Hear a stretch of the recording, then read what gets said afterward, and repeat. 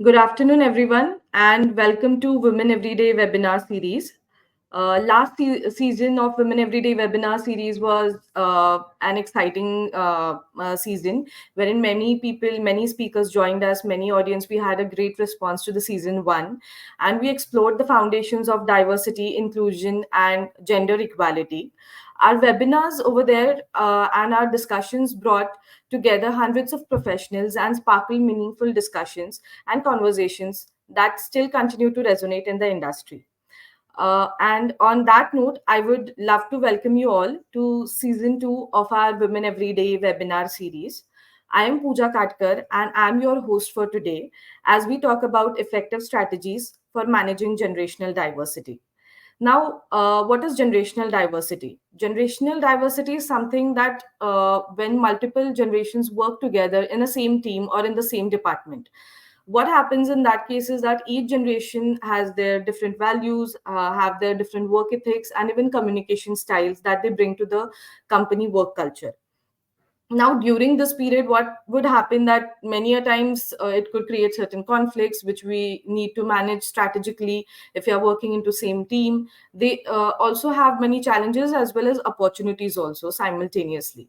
So many a times diversity is meant to be racial or gender diversity, something which is much talked about, but then generational diversity is something which is is overlooked sometimes in that case.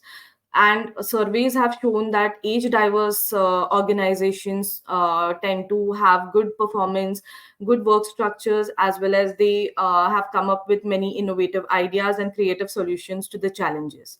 And our today's webinar will be packed with the insights and practical strategies on the same managing and effective strategies part also.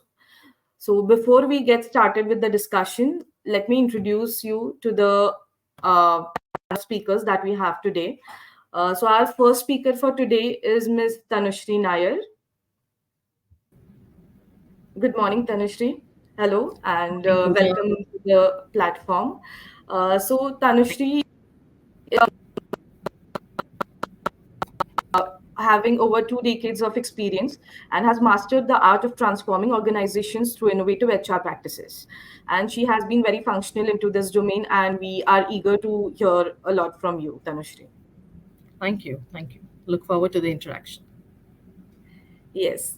I would like to introduce our next speaker for today, Ms. Rakhi Sinha. Welcome to the platform, Rakhi. Hi, Pooja. Rakhi is Vice President of Human Resource at Calsoft. She is a seasoned HR leader with a global perspective, and through her strategic leadership, she has been functional to driving operational excellence and organization. So we are eager to learn from you that about what HR strategies would be, what managing effectiveness would be for team leaders as well as for the HR leaders. I look forward to Pooja. Yes. I would like to introduce Ms. Darshana Bamania, CEO and Chief Human Resource Officer at Asian Star Company Limited. With her 2 decades of experience, she brings wealth of expertise in business strategy, operations, compliance, financial operations, cost management, and vendor management. So, welcome to the platform, Darshana. Hi, We are Pooja. eager to hear Hello, from you. everyone. Hi. Learn from everyone and look forward to have an interactive session. And last but not the least, our next speaker for today is Ms. Ipshita Kajla. Ipshita is a seasoned HR professional with her HR leadership and experience. She has excelled in translating business visions into impactful HR initiatives across the sectors like travel, aviation, telecom, FMCG, and consulting. Welcome to the platform, Ipshita. Thank you so much. Very happy to be here and looking forward to the discussions. Thank you.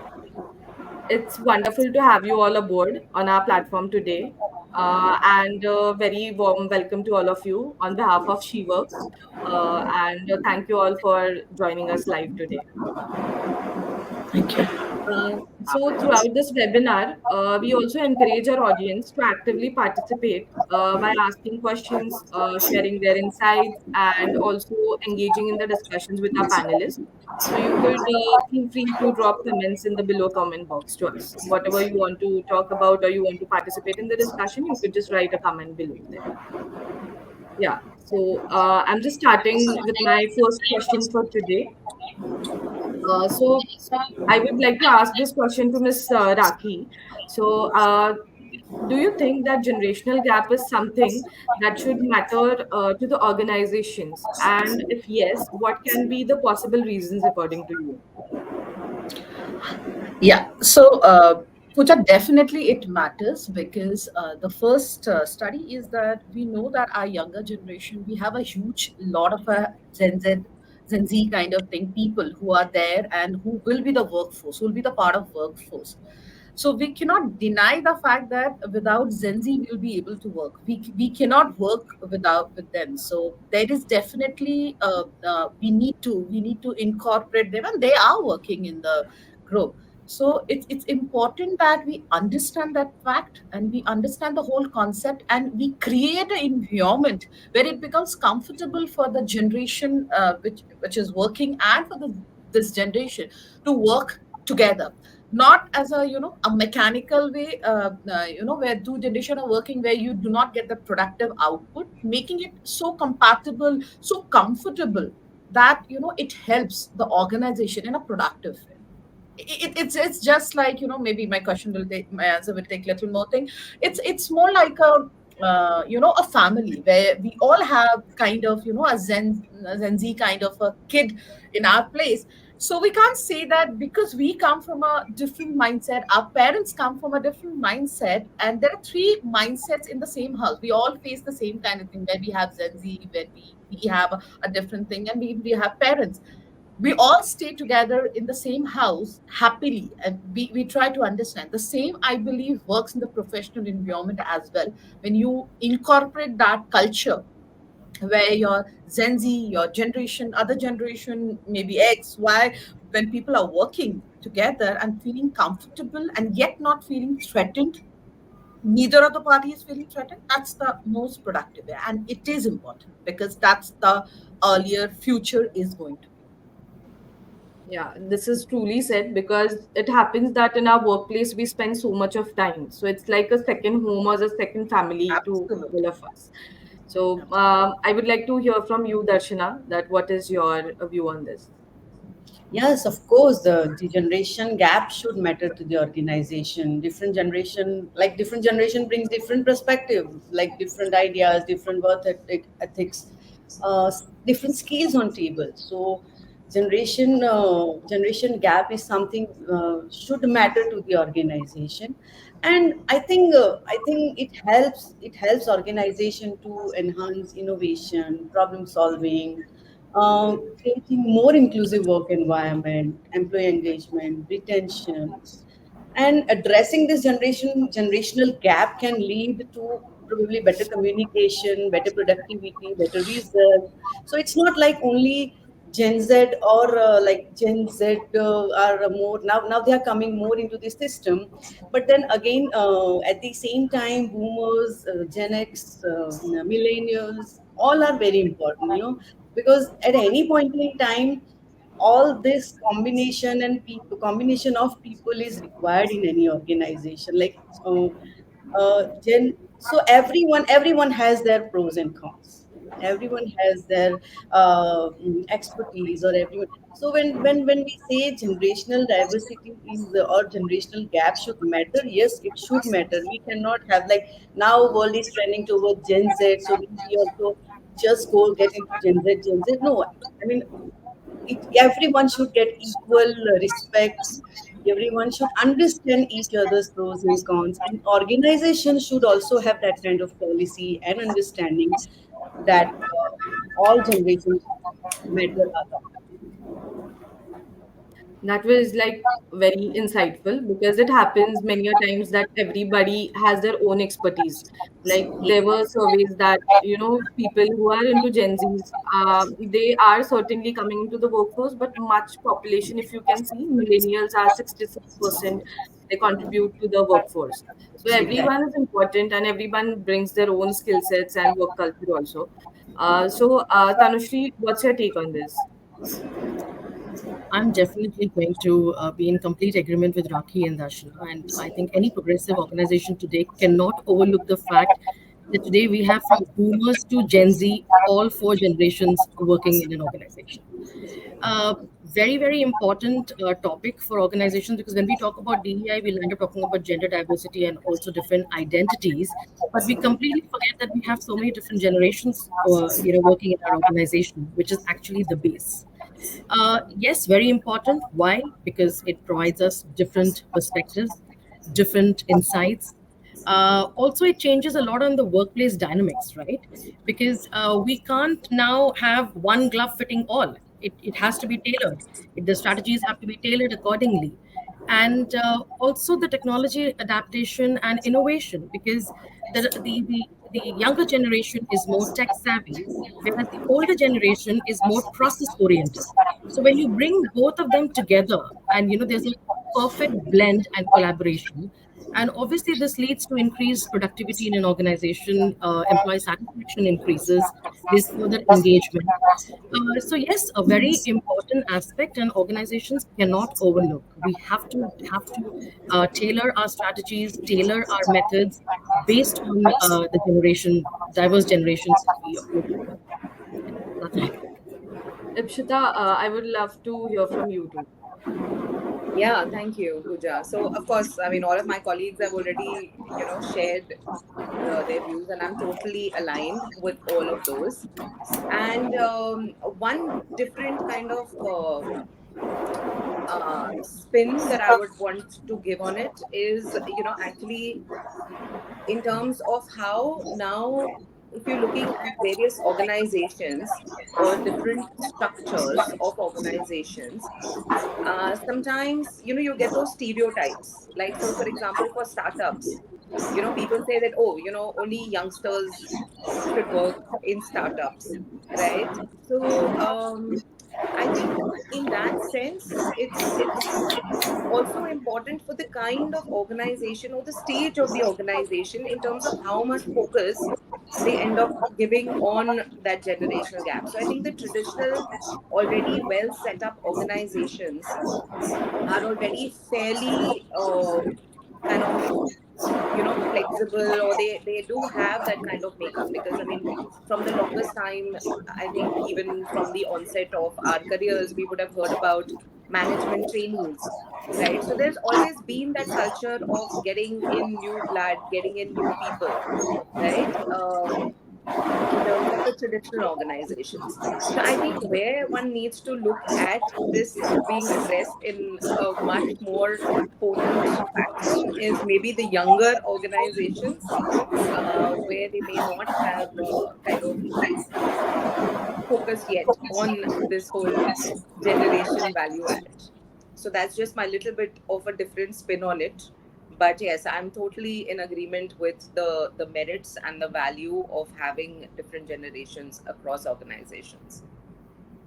Yeah, thanks a lot for sharing your views about the importance of this topic, because earlier what used to happen that this was very normal to the people working together, because many people used to stay, rightly said by Rakhi, that many people were used to stay in the joint family backgrounds or something like that. But nowadays, as nuclear family backgrounds are increasingly into picture, it happens that many people are unable to coordinate properly. So here comes a point wherein how we can retain this generational diversity in our organizations. So about this, I would like to hear from Tanushri first. That what would be the possible ways that we can retain this talent, and because it is also effective, it is also important, and plus it gives has yielded us results also. So what's your take on this? Pooja, my one take on this would be that if you have to retain generational diversity, talent, it requires tailored strategies. That is for sure. Uh, I think I would suggest that organizations should need to foster an inclusive culture, a culture where diverse opinions, diverse suggestions, diverse feedbacks are valued. And this has to be an inbuilt culture. It can't be just a namesake. It has to be shown in the way things are done in an organization. So if you build or if you foster an inclusive culture where different ideas and suggestions are valued, it definitely leads to further engagement in an organization. My second take would be to organizations to offer flexible working arrangements. Please do that, because today the working environment is such where we need to encourage or we need to provide the flexibility of remote working, of part time working, hybrid working, and do not. My take would be, of course, this is my personal opinion, that the metrics, the performance metrics, need not be measured on the presence of the individual in the office, so rather than on the contribution or the person provides on the KRAs or on the objectives that the individual has been given. So I think that's very important. Third, of course, tailored benefits. I've already spoken. When the younger generation might value something like incentive, bonus, or maybe higher education policy, whereas our older colleagues would rather want to see benefits in terms of what kind of mediclaim, what kind of other additional benefits they have working in an organization for a long term. So there are different aspects that we need to consider when we actually think about retaining our talent, because of course it's varied age groups. um, One important thing that comes into my mind is also about encouraging cross generational collaboration. I mean, we talk about mentorship programs, and I'm sure most of our progressive organizations do have that. But reverse mentoring is also something which is equally important. And there is a lot for us to learn from the younger generation. I think I would call myself a Gen X, yeah, and I'm working with Gen Zs, and there's a lot to learn. I mean, there's always a give and take of information and knowledge. So I think, yes, these are aspects where if organizations are able to understand, relook their policies, their practices, there's a way to go in terms of retaining the different generations that work with us. Yeah, that is very nicely put by you, because everyone comes up with their own, like Gen Zs, if you say, they are quick learners. They are more used to technology because they have been into that phase wherein technology was already introduced, it was advanced. So they are very much used to it. There are many new tactics coming in into every sector, into IT, into manufacturing, even into marketing, you can say. So this is very important point that you have put up. I would like to hear from Rakhi. What do you think about this? That how we can retain this and what can be the strategies? Sure. So, absolutely agree to what Darshana mentioned, that we need to have an altered benefits, tailored made benefits for our generations, because it's different. We can't have the same thing, same yardstick for everybody. Also, if we have, if we want to retain this different generations in the thing, the one thing is purpose driven organization. The purpose has to be very clear of the organization, because this is the generation who is a very purpose driven. They want to see, what is am I achieving, what is my goal, what is expected out of me, if they see a bigger picture. And when I say organization do have a bigger picture, but how well it is communicated, that each level is the most important part. Organization, definitely we all understand that we are, each organization have their a goal kind of thing, but how it is percolated down to each level, and where each level can see, oh, this is where I'm contributing to the organization, that makes a huge difference to this generation. It gives them a kick because they feel that, oh, I'm contributing to this thing, what am I making of this thing. If this second point which I'll say is the career development, see, they need to see their career moving thing. A generation back when Gen Z will see, but these people visually need to see their career moving in the ladder. So the career path model or the framework, how it moves, that has to be very visually appealing and very clearly shown to these individuals, that see, this is how you're moving. And as Darshana made that important point, that this work life integration, that's very, very important, because these are the generations, the most important point, they are not working for money, they are working for something different. They need that satisfaction, they need that peace, they need their me time, they need their own settled time kind of thing. So work life integration is very important, that how are we looking at this work thing, how much comfort, how much flexibility are we giving it to the generation. That's the most important point. So Thanks a lot for putting your views in, Rakhi, because as rightly mentioned by both of you, that work-life integration is something that is required, and many times we see in the organizations that particular roles are assigned to various individuals. But if somebody is not performing well in that role, maybe he's best in some another role. So that can also be one of the strategy, I think, so which was mentioned in the new report that was given out by Harvard. And also, like both of you mentioned, that there are certain ways that you can, they need to know that how they are growing up into the ladder, because nowadays many people are interested into that. It's not just about how much you're earning, but it's also about that what you're learning into your organizational growth, what position you are going up, and if suppose what value it is adding to you into your the professional as well as purpose. personal life. Yeah, Yeah. so it is more purpose driven, I can say. Yes. So into this, I would like that Ipshita could add her views further, that how we can actually have certain strategies on this. Yeah, thanks, Pujan. So again, of course, I do agree with all the comments so far. What I would want to add is also, when you're looking at, yes, XYZ generations, there could be certain strategies, policies that you do put in place. So for example, things like maybe student loans, I mean, because everyone's at different stages of their lives, right? So really figuring out what would drive people at the different stages that they are in their career, in their lives. Work life balance, yes. Flexible work options, yes. Because if we look at the latest generation, I think practically all of their work life, or at least the majority, 80 to 90%, has already been spent in work from home or very flexible work styles.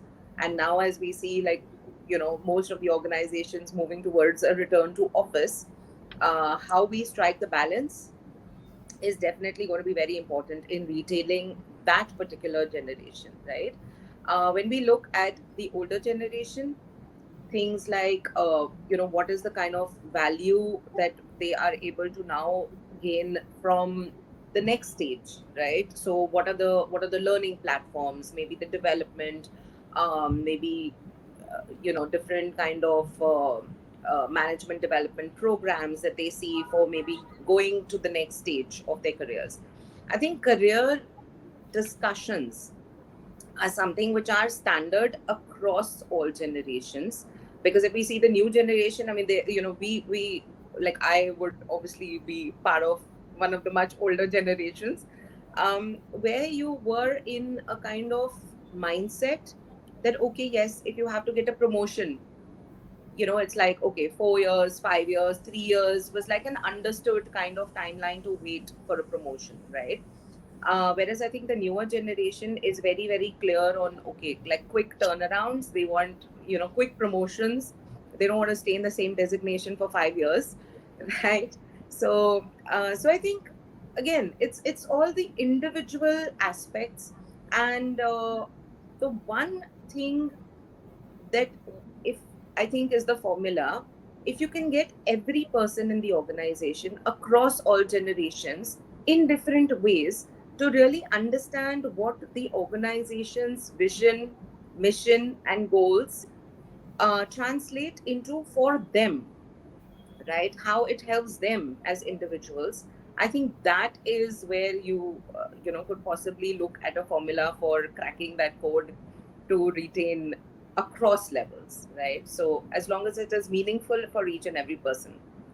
So yeah, everyone grows, organization and employees. Yeah, it is very rightly said that people need to know that where do they stand, and the transparent policies maybe can help employees more understand that what organization is doing for them, as well as in return to that they are working for the organization, so they are rewarded or recognized well for the same roles. And now I would like to ask Darshana about the same topic, that what are her views on the strategies for retaining the talent. So almost all, I mean, many points have been covered by all three co-speakers. But then I would like to say that if we want to retain different diverse generational people, then we should have some different arrangements for like till 90s or 2000 it was like that we had only boomers and Gen X. Now we have more millennials and Gen Z. So it's not like that simple straight policy for everyone will work in the organization. It is not going to work because everyone has different perspective towards life, different goal of life, different eyesight to looking at life, you know. So like Gen Z, he wants work life balance, they want weekend off, wherein boomers and Gen X are okay with working Saturdays also, you know. Then at the same time, um, Gen Z are working, not working for, they are not okay working more than 6 hours or 7 hours, or they have that flexible work timings. They have that, they need that, work from home also should allow. They need that hybrid work thing. And boomers and Gen X are like people that they want to come to office. They cannot work from home, you know. They want to be with people. So we should have different strategies. We company should have strategy for everyone to retain this talent. So I would suggest like some example like open forum, open communication forum should be there, where ideas, new feedbacks, new concerns, new policies can shared with each other. And we should listen to people what they want to say. At the same time, win-win for everything. It should, I name it win-win for all. So because we need to understand pros and cons of different generation, so we have to have create a culture where each and every generation respect other generation. So what we can do is like we can have team building like that. For an example, in our company, if I talk about Asian Star, so we have actually tried or implemented some things which can help all generation. For an example, in our company, we were not having Saturday off. You know, we are 6 days working company. But now we have Gen Z, we have more designers in place. We have because we are into James and Jewelry, so we have more designers. Those are young people, Gen X, Gen Z people. So what we have done is like now we have started Saturday off. We have 5 days work policy. And at the same time, for boomers and Gen X, we know that now boomers are in their 50s or 60s. So their parents are old. They need to take care of their parents and their elder people. So now we have launched leave structure, like wherein people will get 5 days leaves on the death of their parents. So this is what we have done. So now we have this sentiment. We have solved the sentiments of boomers and Gen X, at the same time Gen Z also. So this kind of strategical decision we have to take. Now we are making, for one more example, practical example I would give, that we are making team wherein all generational people are there. Like we have Gen X, we have boomers, and we have Gen Z also. So what can happen in that case, that the project, we give project to them and they take project, and whatever project is there, everyone, all generational people are there in that project. So boomers will give their expertise, their fundamentals of their business. At the same times, millennials are good at technology, so they will use the technical mind, tech savvy. At the Gen X are good at scrutiny, that audits and compliance, so they are using that. And traction mechanism, Gen X are good at traction mechanism, so they are using that. And this new Gen Z are coming up with new ideas, trend. what is required in the market, people are looking for what. So then by this program, projects are getting, we get the success in projects. And once any team gets success ना, अगर किसी को success मिल गया, उनका project successful हो गया ना, तो प्रो सारे ऊपर आ जाते, कौन सारे नीचे रह जाते, सारे इंटरनल डिस्प्यूट सब साइड पे रह जाते, because they are getting success. So now they are each other with each other, you know. So that's how we are working, and we are just trying to retain all generations, respecting everyone. This is how we can retain diverse generation talent and all. This is what my point of view. This was very greatly mentioned with the practical examples that are actually implemented at the workplaces by teaming up the various generations together, because there are certain generations who are very great at analysis, reporting, and there are some people who are very great at presentation skills, very great at learning new skills. So this is actually, you have mentioned like you have got actually results by doing these things. Yeah. Yeah, so that was very greatly mentioned, and this was like something that if you get success, if an organization is growing and you are also growing, then it creates more retainable environment in the organization itself, and more people feel stable while working in such Exactly. environments. So that's very great. And now into this, I would like to know that how from a managerial, because very much we have the audience who are also team leaders, who are into management roles. So such people, how they can manage the part wherein handling the team properly, having the interaction properly. So my this question would be for Tanushri. I want to know this from you, that how we can do this as a team manager, as a team lead, or as a leader, overall as a leader. Um, See, when we talk about a team, and of course there are different age groups, different skill sets, different knowledge in that particular team. The amalgamation of all of this and the success of what we drive will obviously depend on what the competencies are. When I think when you're talking about you're promoting generational diversity in a team, I think it's very important that there is continuous learning and development that happens.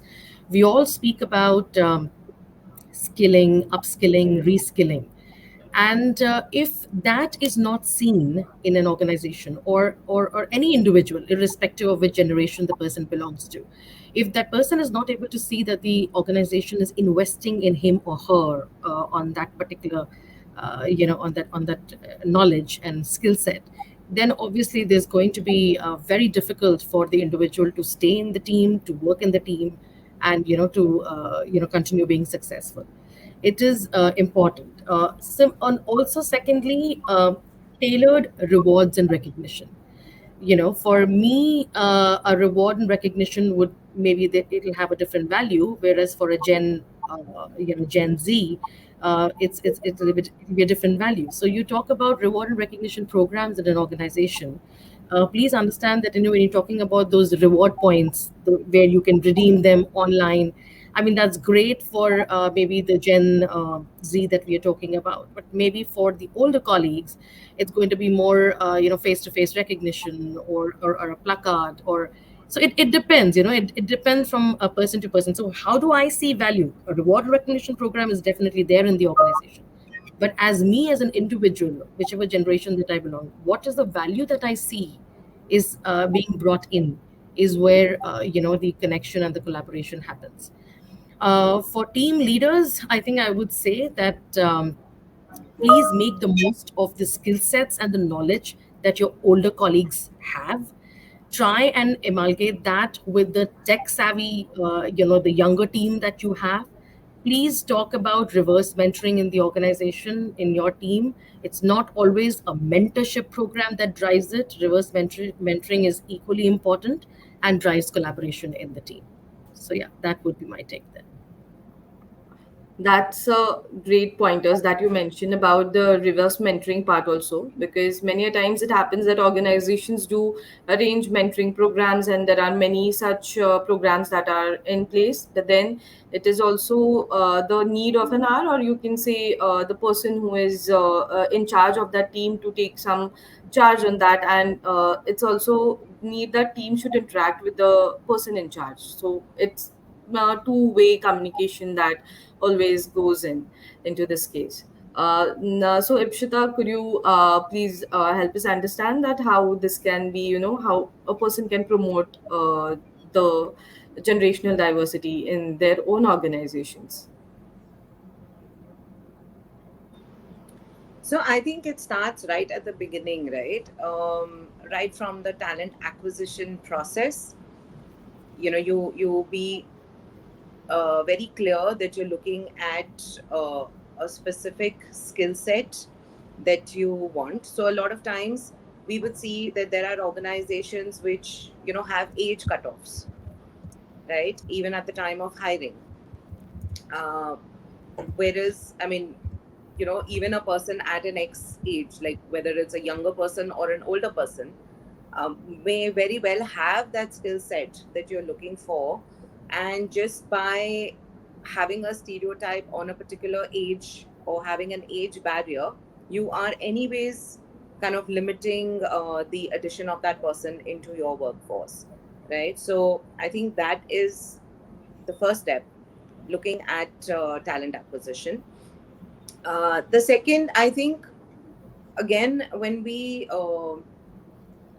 look the okay, so actually the thing is that, do we actually have an organization which has a problem, right? So are we addressing an issue, or is there no issue, right? So if you look at the spread of the organization, if you already have a well kind of spread out team, then you actually don't have an issue of that spread.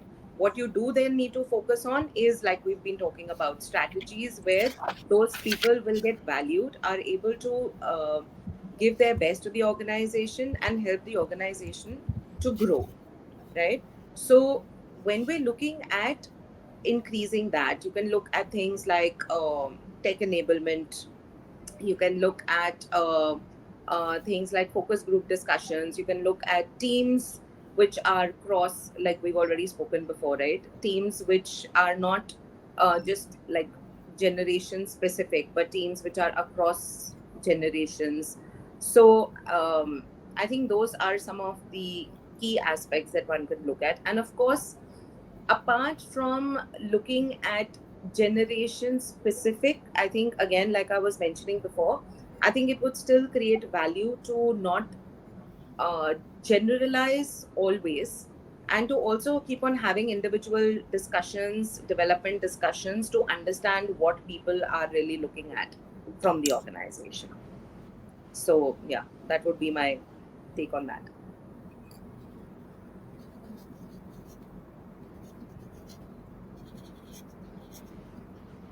Am I audible? Yes, yes, you are. Yeah, thanks a lot, Ipshita, for mentioning how we can effectively promote, generational diversity from the point of talent acquisition itself. We can start this. So I would like to route this question to Rakhi.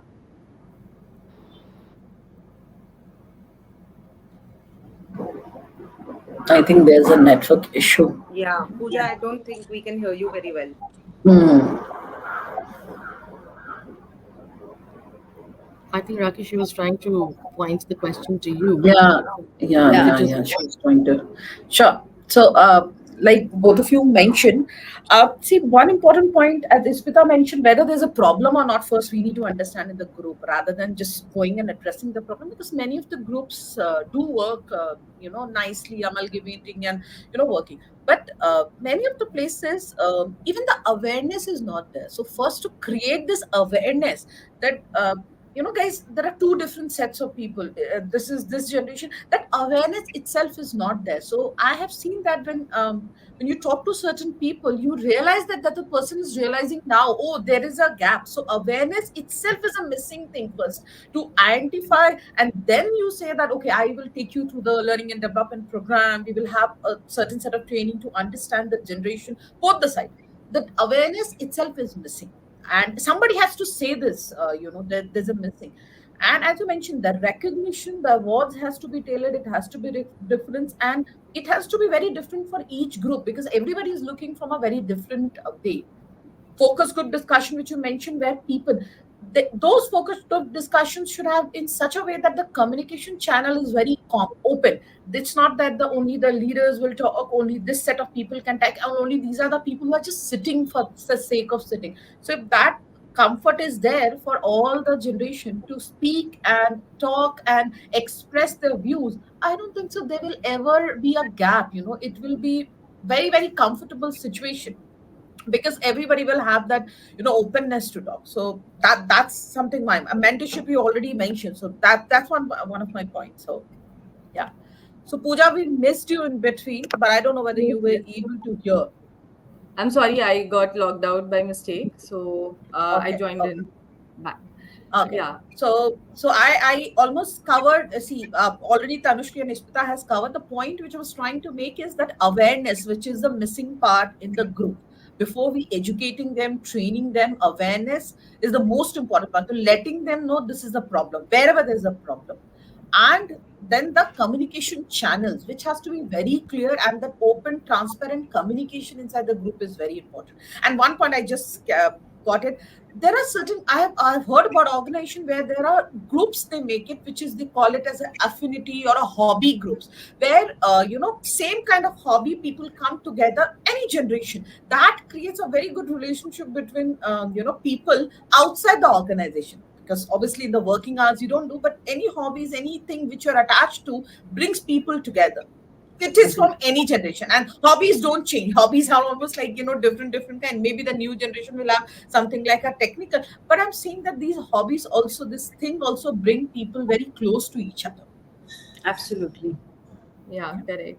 Yeah. Yeah, it is a point, like whenever we talk about hobbies, it's something that every generation must, like one must like sketching or something like that. So other person would also love to do the same Anything, thing, and and then it, you connect, then you ask, then you have a question. So that's something which helps. yeah, yeah, that is very rightly said.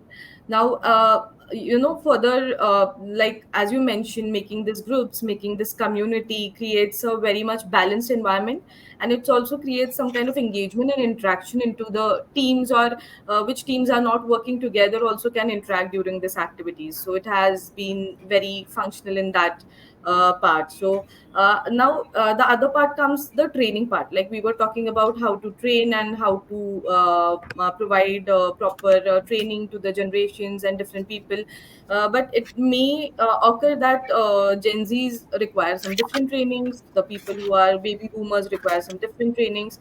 So what would be your take on this, Tanushri, to manage this training the different generations? How can we look forward to this part?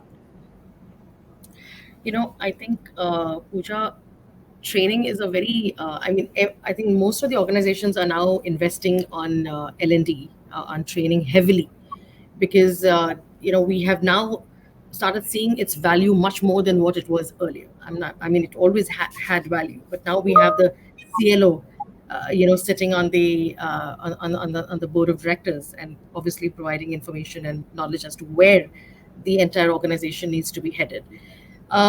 So when you talk about training different generations, I think I would say that this has to be a blended approach. It can't be one approach to all.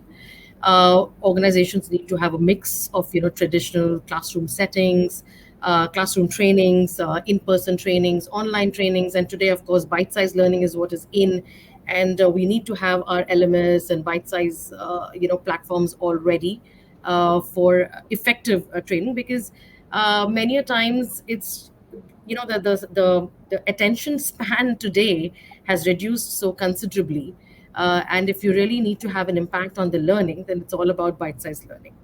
uh, I also feel that today, since there's work on the move, we also need to provide on site training. I mean, if I'm there, on the job training is very, very essential for me at that point in time for me to be absolutely equipped to do my role well.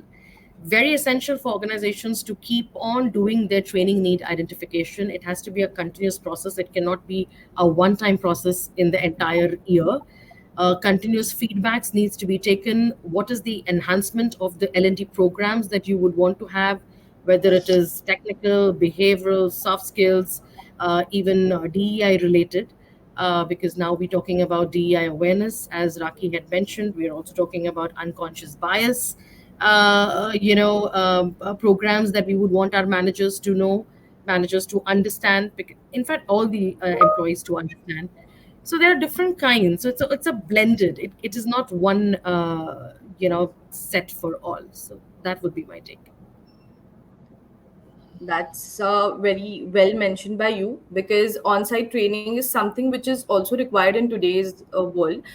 Because I recently had seen one of the podcast online, and it was mentioned in that the person was very experienced person and was into placement part. The organizations who train and place the candidates post that. So they said that many a times what happens, that organizations mention that the resources are available so much online that you can view the content online and you can learn the skills or the tools or the techniques on your own. So organizations do mention that we don't want people to come over here and then we start training them.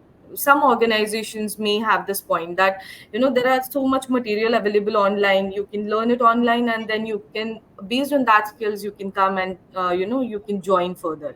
So and it also came to a point wherein they mentioned that whether it would be required, even that institutions like IIMs, IITs, and other colleges would be required in the further time, because it's so much available online already that we can learn at any moment, any time. It is not required that any basic degree you should have to learn any tool or any skill. So into this part, like on-site training is something that I want to learn more about, that how the strategies can actually, because earlier, when earlier generations were there, on-site training was something like 3 months training you have, and post that you will be joining on field, and on job you will be starting your work. So people used to be confident at that point of time, even if I don't know anything, I can go, I can learn, and I can start working. So is this fading out somewhere, or is this still functional? So I would love to hear it from Ipshita first, that what you have your takes on this. So again, this would be, I think, work specific, right? Because there are some things that it would be desirable from an organization point of view that you already know before you join, and there are some things that would be specific to processes within the organization that would only happen once you join an organization, right?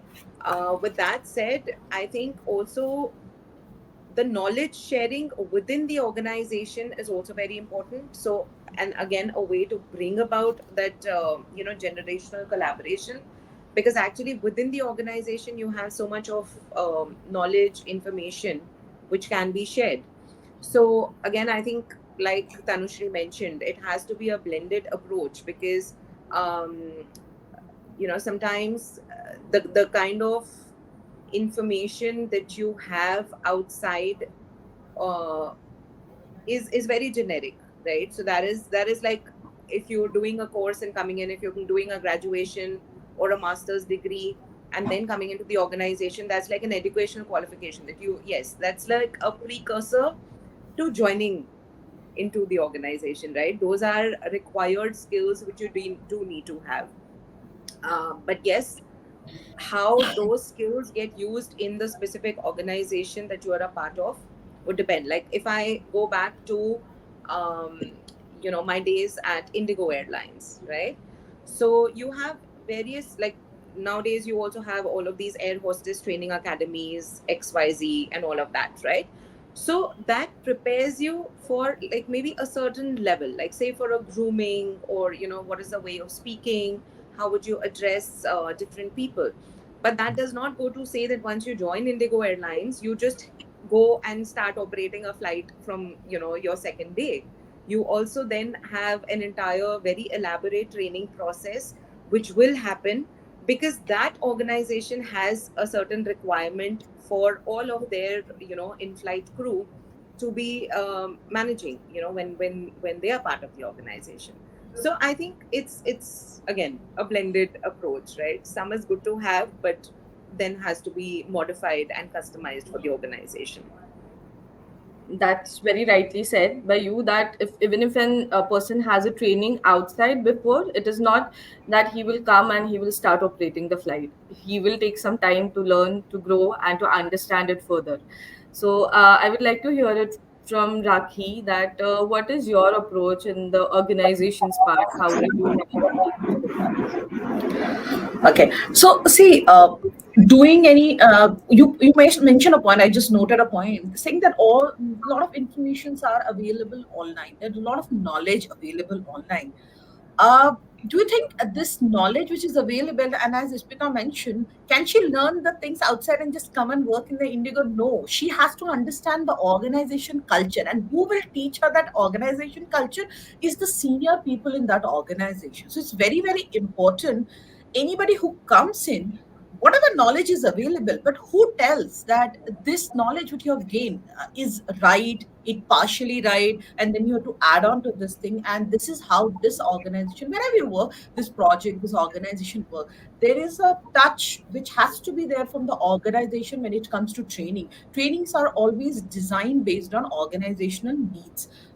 Depending on situation to situation, yearly to yearly, it changes because you have a particular need. So it's very, very important to teach that whole thing to people to understand. So learning, knowledge can be available, knowledge can be gained, but it's important to tell that individual in a feedback mechanism that, this is what it is working, this is not working, this you have to cope up. Then the person can choose that, okay, I have an internal training, and I can add on to my knowledge by learning from outside. But to say that, somebody gets trained and will be workable from the day one and will give the complete output which is expected from that is absolutely not possible at any generation.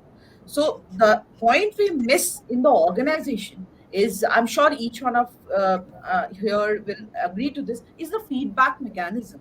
There is not a very clear feedback, though we have this in our appraisal system, we have this feedback, but how many managers go back and give a right feedback to their people?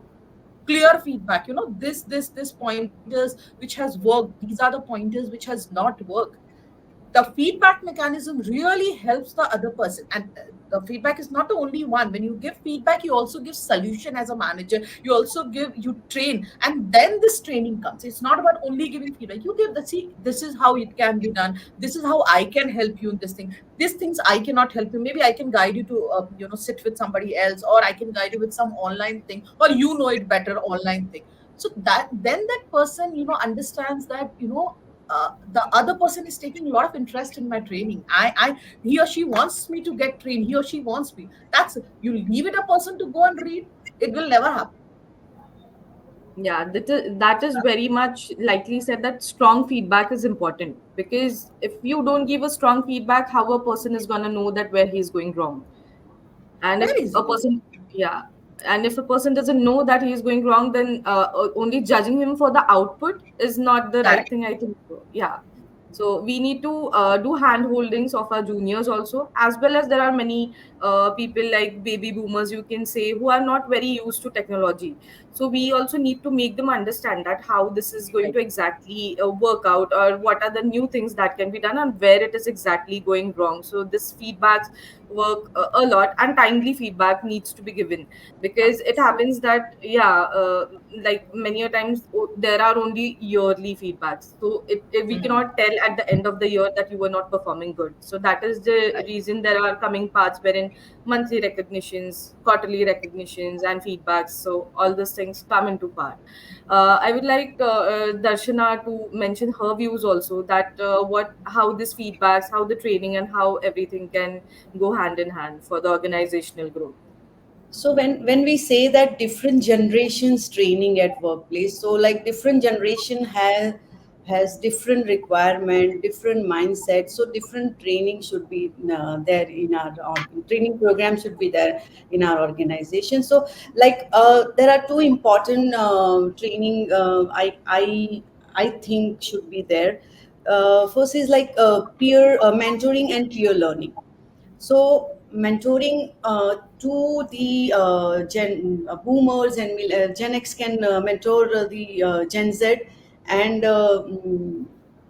millennials, and at the same time, this Gen Z under the program of peer learning. Gen Z can so the Gen Z and millennials are good at technology or new ideas or creativity or technical aspects, AI, all those stuffs. They are good, data science, they are good at it, so they can always work with the boomers, so they can also be good at that. So this is come something peer learning. And at the same time, our boomers and Gen X are good at business fundamentals, critical thinking, bottom line, top line of the business, how it work for to make business more profitable, stability of the business. They are good at that, so they can teach these people about that, because these people are more into trend and fast moving things. But actually business needs everything, both things, like the stability, fundamentals, and bottom line, top line, everything, not only the ideas and new trend and all. So the peer learning definitely can work. And another thing we can always use is like future leadership and succession planning. So in that, under that program, we can always show the future and career to our millennials and Gen Z, so they can also learn more, because they also want to be future leader, and we can create future leader under boomers and Gen X. And they would also good because they are now mentor, so definitely they feel good that I'm training someone, I'm preparing someone as a future leader. So this kind of training program for different generations can definitely help to the organization. Thank you so much, Darshana. Actually, you mentioned it very rightly that how different generations can be trained in different ways and how we can provide them the opportunities further. So it takes me to the point wherein how we can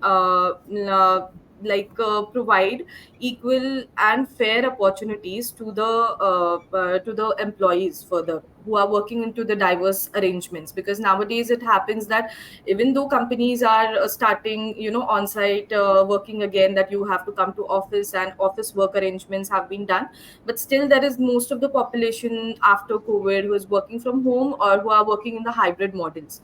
So in this arrangements, how can companies address by giving equal opportunities and how they can be fair?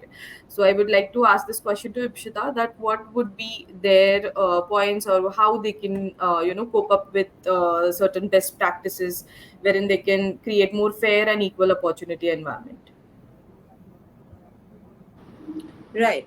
So again, I think, it's not a one size fits all approach, right? So while you have the policies available and you do have flexible or transparent policies available, it could be something that is as per the discretion of or the choice of various people.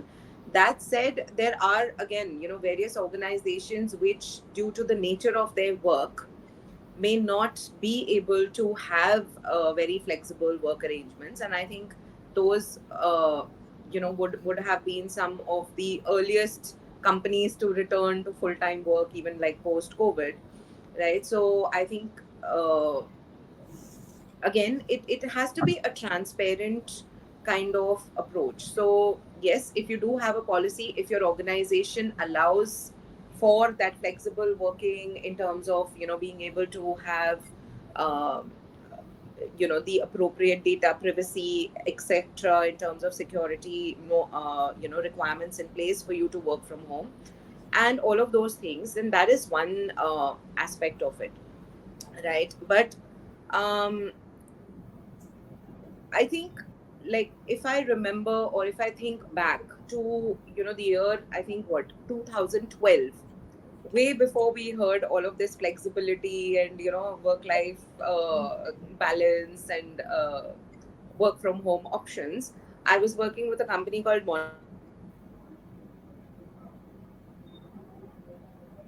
Asia Pacific head office, which was in Singapore. So way back in 2012, you had an option of working from home even up to 3 times a week.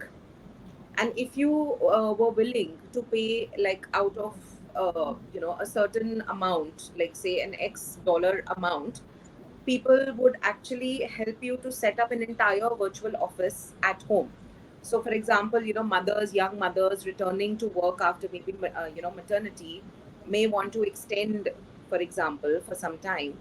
And so if they wish to do that, you can opt for that option as well. Now I think what I'm focusing on is that as long as you have an end goal, for example, a project, you're looking at a specific outcome, right? That outcome is what you are looking for. So I think even in the initial bit, Tanushree had mentioned, right? It has to be goal oriented. So, I mean, if you don't see a person in the office every day, you cannot assume that they are not putting in the hours or they are not doing the work that is required to be done. So I think if you have a very transparent evaluation process, as was also mentioned, a feedback process, a rewards and recognition process, I think you can have different kind of work options, um, where people can kind of be individual, have their own unique requirements fulfilled, and yet you have equal opportunities and fairness. So, not to say that if someone is opting to work from home twice a week, does that person get overlooked for a promotion? That should not be the case, right? Hmm. Um, just because a person opts to come to the office every day, do you have a kind of uh, different approach to that person, that yes, this person is definitely working harder because the person is in the office every day.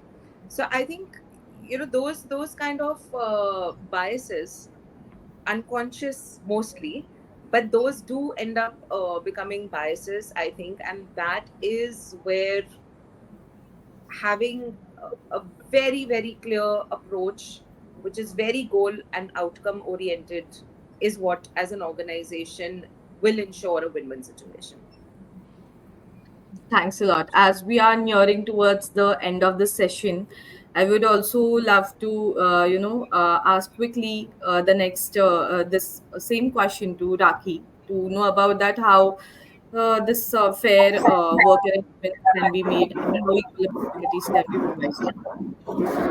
So, as Ipshita mentioned, that the most important point is not to differentiate between two people, and because visually you're seeing some people coming to office doesn't mean.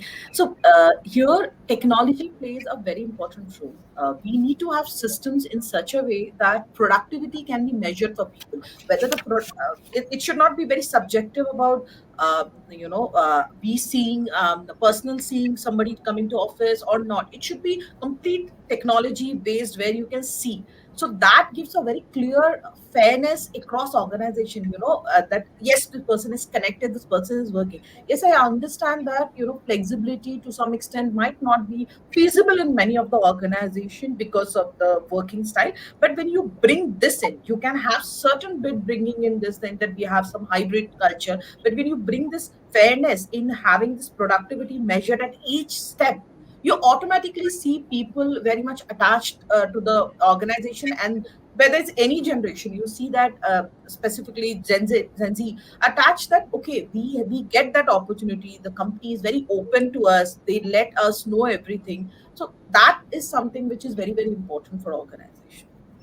Okay. Measuring that whole part, which we miss. And I said in my previous thing, we don't measure that part. So that's something important. So Yeah, that the performance. technology.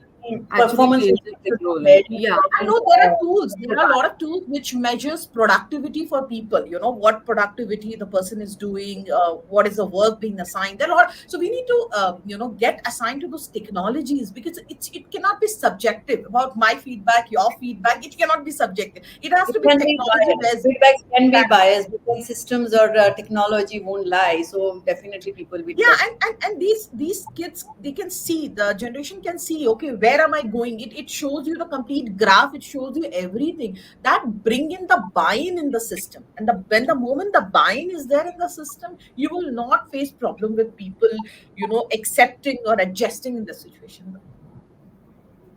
yeah. Darshana, you were mentioning something. Yeah, you can.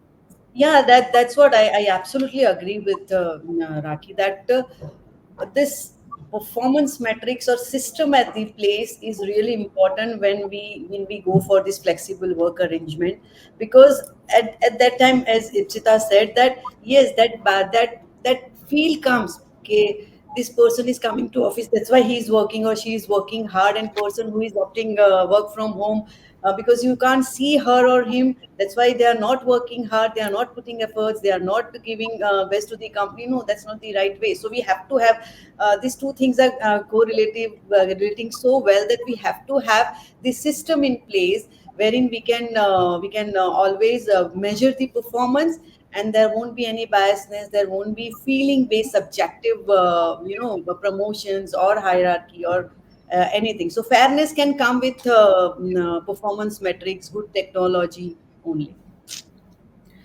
I Thanks a think, lot. Yeah, Pooja, just one last bit that I'd like to add to all my, co-speakers. I think they've all covered. But one point that was coming into my mind was also, if you really have to propagate fairness, and equal opportunities to all employees, it is also very essential that please train your managers on unbiased, on unconscious biases, on unbiased decision making. Also train your managers on how to handle remote working, because all of us have grown as managers and maybe it haven't really learned how to manage a remote team, how to engage with a remote team. So How a to make lot. them more productive. Absolutely, absolutely. So a lot of emphasis that needs to go into also in equipping your managers to be able to handle things well for your teams, for their teams. I think that will obviously add to fairness and equal opportunities, and absolutely negate the favoritism and the biases that keep creeping. So yeah. it See, it's this was, multidisciplinary approach is going to be important now in this, like managing all these generations all together. Multidisciplinary approach is going to be very important, Pooja, because I was just jokingly tell my team that I finally get in relevant, because I bring because I bring the head and heart together now. So head is like this new generation. They are thinking from head. They are more into technology. They are more into these ideas, and this other generations are like thinking from more of heart. Old school people are thinking more of heart. But now this is the era of head and heart. So, because technology and human touch both are required, it's not like only technology or only human touch. So, like if I talk about me, so it is like actually relevant to me, because the in this operations job, I've learned like data and problem solving skills and analysis and all. And at the same time, in HR, you have to deal with people, you have to deal with their emotions and people management. So this hard and heart head and heart wala thing is working now. So one has to company has to have companies have to have disciplinary multidisciplinary approach, I believe. that was like the insights that you all have provided has been very very to the point, and I think so very very engaging for the audience also. Now to like we could go on this topic because it has par the 1 hour limit that we had for our webinar. So I would like every one of you, one by one, you can just give a closing statement to our audience about what do you feel about overall, if you want any advice that you want to roll out to the viewers that are looking us or are following us right now. So I would start it from Tanushri. Okay. So yeah, I think it was a very interesting discussion that we had, and I'm hoping that everything that we discussed here has been a little insightful to the audience. Uh, I would only leave the audience with one thought, and that is, when we talk about diversity, and it's a huge, huge topic, and something that people can speak for hours, and there are a lot of things that encompass that. When we talk about generational diversity, which is very basic, I mean, we don't really have to go any looking out anywhere. It's all there in your current organization today, and start with that. Encourage employee resource groups or affinity groups, as Raki had mentioned.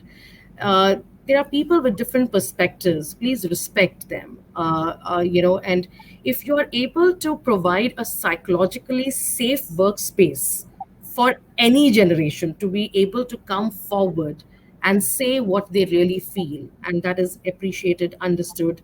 I mean, I'm not saying that all suggestions that employees bring in can actually be put in use.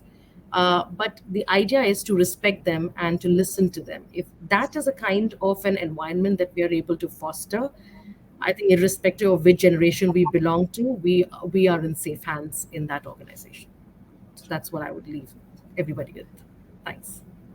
Thanks a lot. Darshana, I would ask you to go ahead I next. would say that this is the statement one, one statement, that this is the era of bringing the heart and head together. You need the power of data. At the same time, you need the power of human. Bringing them together can definitely create wonders. So these all generations are different type of bring heart and head kind of people. One is data oriented, technical technology oriented, another is human touch oriented. So coming together can create wonders for organization, definitely create miracles, and definitely we can get success if we take care of these two. Next, I would ask Rakhi to put her points on the concluding statements for our audience. Sure, Pooja. So we almost covered all the points. The only point I think, as a closing point, I would say that that point which Tanushi also mentioned, psychological awareness about people in and around you, accepting them the way they are, understanding them the way they are, because not always your perspective is the right or other one's perspective is right. So understanding people, creating an safe environment, psychological environment, where the environment is safe, that is the most important point for any one of us. Whether we create the similar kind of situation at home, the similar situation should be there in the professional environment. That environment will help fostering growth, productivity, anything you ask that will foster that. Yeah. Thank you. Ipshita, I would love to ask you to go ahead and share your points on the same. So again, mostly all covered, right?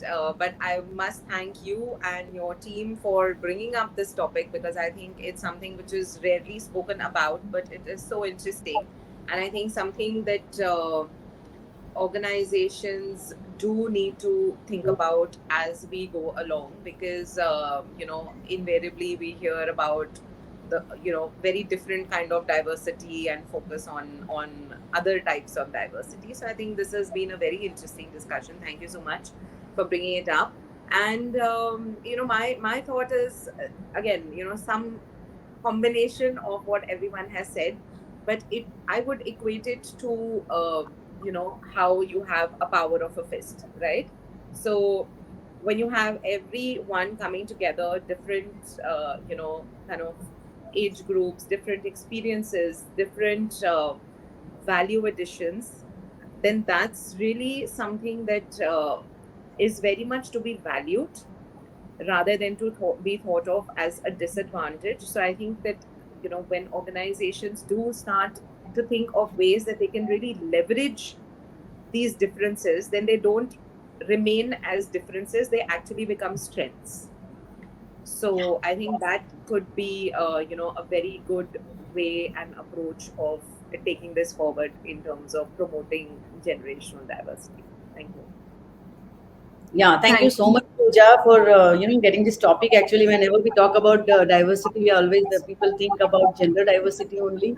Generally, It is more, most talked about, but yes, yeah, there are many aspects that different aspect that of come it. into picture when we talk about many things. Yeah, Yeah. Now, it was like thank you everyone for providing the concluding point. Yeah, and thank you so much for sharing your valuable insights with us today. And that concludes our webinar on gender diversity. Big thank you to all our attendees for joining us today. We hope you found this discussion insightful and informative. Until next time, goodbye and see you next time. thank you so very much. Thank you. Thank Thanks all. you. Have a Thank good you. day ahead. It was really nice talking to you all. Thanks. Wonderful. Thank you Yeah, so much. Thank you. Thank you. Thank you. bye bye. Bye Bye bye. bye.